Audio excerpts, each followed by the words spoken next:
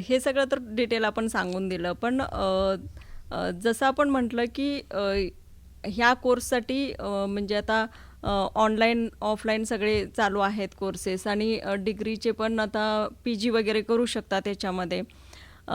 तर आपल्याकडं म्हणजे आता अलाइड कोर्स जे आहे आपला, त्याच्यामध्ये आणखीन काय-काय फॅसिलिटीज आपल्याकडे आहेत या कोर्ससाठी?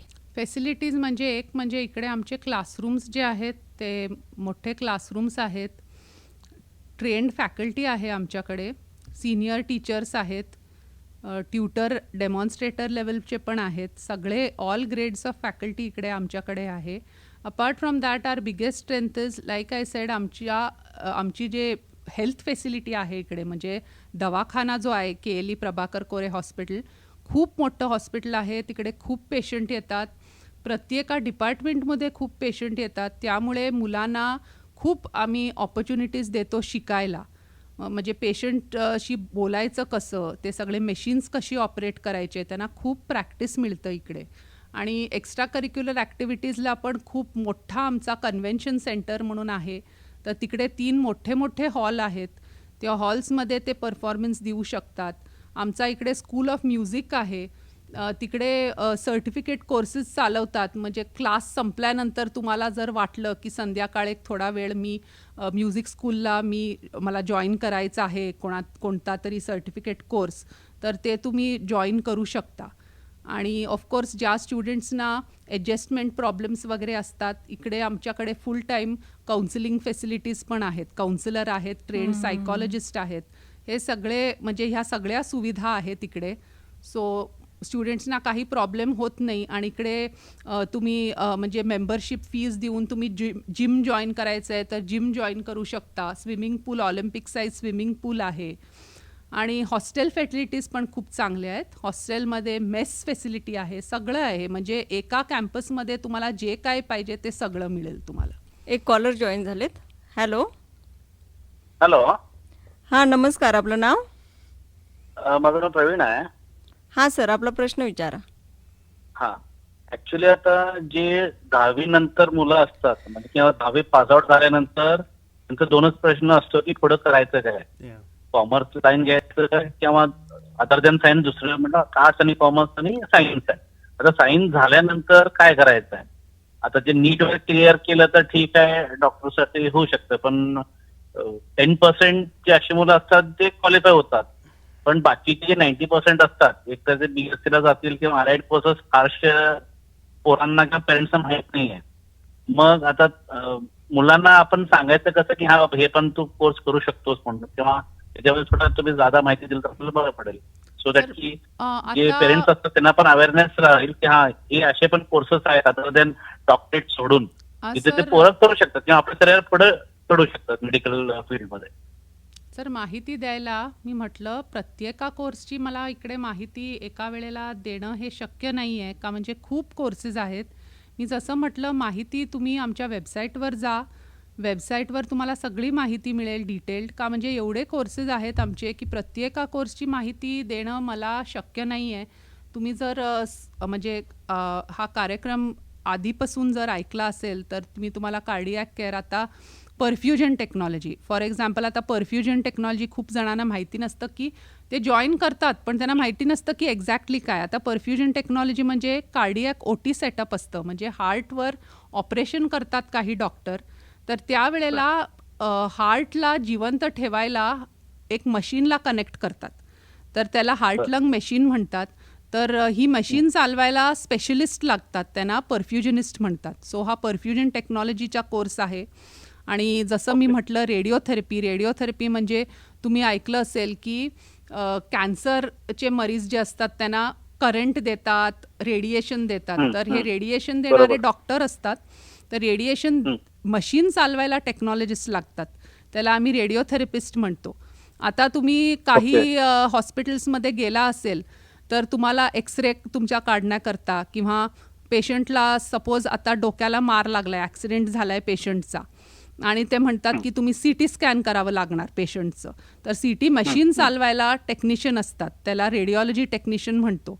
किंवा पेशंटला समजा अर्धांगी लकवा झालेला आहे, तर मेंदूच्या कोणत्या हिस्सात रक्तचालन होत नाही आहे, तर ते बघण्याकरता MRI स्कॅन म्हणतात. तर डॉक्टर म्हणतात तुम्ही MRI स्कॅन करून घेऊन या.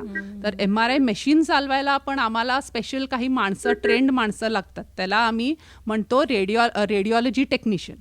तर असे आजकाल त्याला इमेजिंग टेक्नॉलॉजी टेक्निशियन म्हणतात. सो असे खूप आमच्याकडे व्हरायटी ऑफ कोर्सेस आहेत सर. डायलिसिस टेक्निशियन आहेत, म्हणजे जर किडनी बंद पडली आहे किंवा किडनी फंक्शन खूप कमी झालेलं आहे, किडनी काम करत नाही आहे व्यवस्थित, तर डायलिसिस मशीन्स असतात. तर डायलिसिस मशीन चालायला आम्हाला डायलिसिस टेक्निशियन्स लागतात. असे खूप आमच्याकडे ICU मशीन्स सगळे, ते मल्टी सिस्टम मॉनिटरिंग, व्हेंटिलेटर, ते सगळं चालवायला आम्हाला स्पेशलाइज्ड माणसं लागतात. सो त्याला क्रिटिकल केअर टेक्नॉलॉजिस्ट म्हणतात.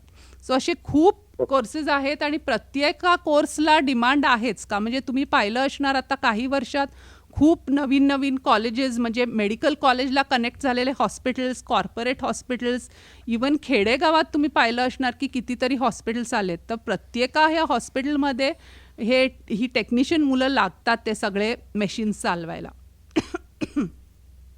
ओके. आणि मॅडम हे ड्युरेशन किती असतं, किती वर्षाचं असतं? सर डोनेशन 3 वर्षाच्या मध्ये असतं का? Duration based on the courses. Duration sir सगळे 4 वर्षाचे प्रोग्राम्स आहेत. मग एकच ओके. कोर्स जो आहे ऑप्टोमेट्री कोर्स, हा 5 वर्षाचा आहे आता. आधी तो 4 वर्षाचा असायचा, आता तो 5 वर्षाचा झालेला आहे. म्हणजे 5व्या वर्षात इंटर्नशिप आणि 4 वर्ष शिक्षण. पण दुसरे हे जे सगळे कोर्सेस आहेत हे 4 वर्षाचे आहेत. सो 4 वर्षात 3 वर्ष शिक्षणामध्ये जातात. पण शिक्षण म्हणजे दुसऱ्या आणि तिसऱ्या म्हणजे दुसऱ्या वर्षापासूनच मुलांना आम्ही हॉस्पिटलमध्ये पोस्ट करतो. हॉस्पिटलमध्ये पेशंटची कसं बोलायचं, ते सगळे यंत्र कसे चालवायचे, ते सेकंड इयरपासूनच आम्ही ट्रेनिंग देतो त्यांना. आणि 4थ्या वर्षात ते इंडिपेंडेंटली ते मशीन्स ऑपरेट करू शकतात. त्याला आम्ही म्हणतो इंटर्नशिप. तर इंटर्नशिपच्या वेळेला आम्ही त्यांना स्टायपंड देतो आणि त्यांच्याकडून आम्ही काम करून घेतो. म्हणजे डॉक्टर्स जे इन्स्ट्रक्शन्स देतात त्याच्याप्रमाणे त्यांना करावं लागतं. थँक्यू सो मच कॉल केल्याबद्दल. आणि तुम्हालाही अशा काही शंका असतील तर कॉल करा. नंबर आहे 9019904904. मॅडम, आपण आपल्या फॅसिलिटीजबद्दल सांगितलं आणि बऱ्याच लोकांच्या शंका आहेतच अजूनही की काय नेमकं करावं किंवा 12वी नंतर कुठल्या, पॅरेंट्सनाही खूप प्रॉब्लेम होतो कारण माहिती नसते पूर्णपणे. तर आपण जसं सांगतोय की आपल्या वेबसाईटवरती सगळ्या प्रकारची माहिती आहे सर्व कोर्सेसची. तर प्रत्येक कोर्सेसमध्ये सिलेबस काय असणार आहे, तर याची माहिती त्यात भेटणार आहे का आपल्याला? सिलेबस पण आहेत वेबसाईटवर, आमच्या KLE वेबसाईटवर अकॅडमिक अफेअर्स डिपार्टमेंटनी दिलेले आहेत. पण आत्ता जे ह्या बॅचपासून जे सिलेबस आहेत ते जे तुम्हाला सिलेबस मिळणार वेबसाईटवर 25-26 आम्ही ते सिलेबस फॉलो करायचो. आत्ता जे सिलेबस आहे ते अंडर रिव्हिजन आहेत. का म्हणजे हे सिलेबस जे दिलेले आहेत ते नॅशनल काउन्सिलनी दिलेले सिलेबस आहेत. तर त्याप्रमाणे आता रिव्हिजन चाललेलं आहे. पण तुम्हाला रिव्हिजन कोर्सच्या सिलेबसबद्दल एक ओव्हरऑल थोडीशी माहिती जर पाहिजे असेल तर हो, आमच्या वेबसाईटवर तुम्हाला सिलेबस भेटतील. तुम्ही बघू शकता की काय सब्जेक्ट्स आहेत वगैरे वगैरे. पण सब्जेक्टची माहिती द्यावी म्हणजे तुम्हाला पहिल्या वर्षात काही बेसिक सब्जेक्ट्स असतात, माहिती तुम्हाला मिळाली त्याच्यानंतरच तुम्ही तुमच्या स्पेशलायझेशनचे सब्जेक्ट शिकू शकतात. सो ह्युमन ॲनॅटमी, फिजिओलॉजी म्हणजे ह्युमन बॉडी, त्याच्यामध्ये काय काय ऑर्गन्स असतात, स्ट्रक्चर्स असतात. मग त्याच्यानंतर ह्युमन बॉडी ॲक्च्युली चालते कशी, म्हणजे फंक्शन कशी करते, फिजिओलॉजी म्हणून असतं. मग जीव जंतू हे जे ज्यामुळे माणसाला आजार होतो त्याला मायक्रोबायोलॉजी म्हणतात. असे काही बेसिक सब्जेक्ट्स, ते 5 सब्जेक्ट्स असतात फर्स्ट इयरमध्ये. त्याच्यानंतर तुमच्या स्पेशलायझेशनप्रमाणे तुमचे सब्जेक्ट्स असतील. आणि एक माहिती द्यायची म्हणजे काही जणांना असं वाटतं की फीज एकदा जर भरले तर काम झालं, असं नाही आहे. फीज जे असतात ते ट्युशन फीज असतात. आम्ही जे वेबसाईटवर ॲडव्हर्टाईज करतो ट्युशन फीज असतात. आता जे फीज प्रेझेंटली म्हणजे 25 अकॅडमिक इयर 25-26 म्हणजे गेल्या अकॅडमिक इयरपर्यंत सगळे जे courses UG allied programs 80,000 fee वर्षाची आणि कार्डियॅक केअरला 1,60,000. पण आता ह्या वर्षी फी स्ट्रक्चर अजून फायनलाइज करायचं आहे. पण जस्ट तुम्हाला एक आयडिया द्यायला, 80,000 फीज गेल्या वर्षापर्यंत BSc अलाइड प्रोग्राम्सची होती, पण एकच कोर्स जो आहे BSc कार्डियाक केअर त्याची फी 1,60,000 म्हणजे प्रत्येक वर्षाला, पूर्ण कोर्सला नव्हे. आणि एक महत्त्वाचं सांगायचं म्हणजे ह्याला आपण ट्युशन फी म्हणतो. तुम्हाला हॉस्टेल फॅसिलिटी जर हवी असेल ती फी वेगळी असते. आणि प्रत्येक एक्झामच्या आधी एक्झाम फीज म्हणतो. मग डिग्री अवॉर्ड व्हायच्या आधी कॉन्व्होकेशन म्हणून असतं, कॉन्व्होकेशन फी असते. तर ते माहिती होणं तुम्हाला आवश्यक आहे का? म्हणजे तुम्हाला काय वाटतं की एकदा ही दरवर्षी आम्ही 80,000 फी भरतो, त्याच्यामध्ये सगळंच पॅकेज म्हणजे कव्हर होऊन जातं, ही चुकीची समजೂತ್ आहे. म्हणून ते मला ಕ್ಲಿಯರ್ करायचं होतं. ಅಂದ್ರೆ 80,000 ಅಂತಂದ್ರೆ ಫೀಸು ಅದು ಬರೀ ಟ್ಯೂಷನ್ ಫೀಸ್ ಅಂತೀವಿ. ಅದಕ್ಕೆ ಸ್ಟಿಲ್ ಫೀಸ್ ಸೆಪರೇಟ್ ಇರುತ್ತೆ. ಎಕ್ಸಾಮ್ ಫೀಸು ಮತ್ತು ಪ್ರತಿ 6 ಮಂತ್ಸಿಗೆ ಸೆಮಿಸ್ಟರ್ ಸಿಸ್ಟಮ್ ಇರುತ್ತೆ. ಸೊ ಪ್ರತಿ 6 ಮಂತ್ಸಿಗೆ ಎಕ್ಸಾಮ್ ಇರುತ್ತೆ. ಅದ್ರ ಸಲುವಾಗಿ ಎಕ್ಸಾಮ್ ಫೀಸ್ ನೀವು ಕಟ್ಟಬೇಕಾಗುತ್ತೆ. ಅದು ಬಿಟ್ಟು ನೀವು before awarding of degree convocation ceremony ಅಂತಿರುತ್ತೆ, ಕಾನ್ವೊಕೇಶನ್ ಫೀಸ್ ತುಂಬಬೇಕಾಗುತ್ತೆ. ಹಂಗೆ ಬೇರೆ ಬೇರೆ ಕ್ಯಾಟಗರೀಸ್ ಫೀಸ್ ಇರುತ್ತೆ. ಸೊ 80,000 ಅಂತಂದರೆ ಬರೀ ನಿಮ್ಮ tuition fees. That too we had it for last academic year. ಈ ಅಕಾಡೆಮಿಕ್ ಇಯರಲ್ಲಿ ಇನ್ನೂ ಫೀಸ್ ಫೈನಲೈಸ್ ಮಾಡಬೇಕು. ಮತ್ತು ಟ್ಯೂಷನ್ ಫೀ ಜೊತೆ ಬರೀ ಫಸ್ಟ್ ಇಯರಲ್ಲಿ ವಿ ಚಾರ್ಜ್ ಅನದರ್ 1,000, ಅದು ಎಲಿಜಿಬಿಲಿಟಿ ಫೀ ಅಂತ ಹೇಳ್ತೀವಿ. ಈಗ ಅಪ್ಲಿಕೇಶನ್ ಟೈಮಿಗೆ ಎಷ್ಟು ಫೀಸ್ ಕಟ್ಟಬೇಕು ಅಂತಂದರೆ 1,500 ಅಂತಂದರೆ 1,500 1,500 ರೂಪಾಯಿ. आणि एकच ಕೋರ್ಸ್, ಒಂದೇ ಕೋರ್ಸ್ ನೀವು ಚೂಸ್ ಮಾಡಿದ್ದೀರಾ, ಒಂದೇ ಬಾಕ್ಸ್ ಟಿಕ್ ಮಾಡಿದ್ದೀರಾ ಅಂತಂದರೆ ಅದು 1,500. ನಿಮ್ಗೆ ಇನ್ನೊಂದು ಬಾಕ್ಸ್ ಟಿಕ್ ಮಾಡಬೇಕು, ಇನ್ನೊಂದು ಕೋರ್ಸ್ ಟಿಕ್ ಮಾಡಬೇಕು ಅಂತಂದರೆ ಅದ್ರದ್ದು ಇನ್ನೊಂದು 500 ಅಂತಂದರೆ 2,000. ಟೋಟಲಿ 2,000 ऑनलाईन ನೀವು ट्रान्सफर ಮಾಡೋದು, ॲप्लिकेशन फॉर्म ತುಂಬುದು. ಅಂದರೆ तुम्ही एक जर कोर्स टिक केलात, एकच बॉक्स जर टिक केलात 1,500 रुपये. वरून तुम्हाला आणि एक कोर्स चूज करायचा असेल तुमच्या प्रायोरिटीप्रमाणे तर वरून आणि 500 रुपये, म्हणजे 2,000 रुपये हे जे आहे ही ॲप्लिकेशन फी आहे. आणि त्याच्यानंतर तुम्हाला ॲडमिशन मिळाली तर ॲडमिशनची काय ट्युशन फी आहे ती भरावी लागणार. मग अशा आपण किती कोर्सेस चॉईस करू शकतो?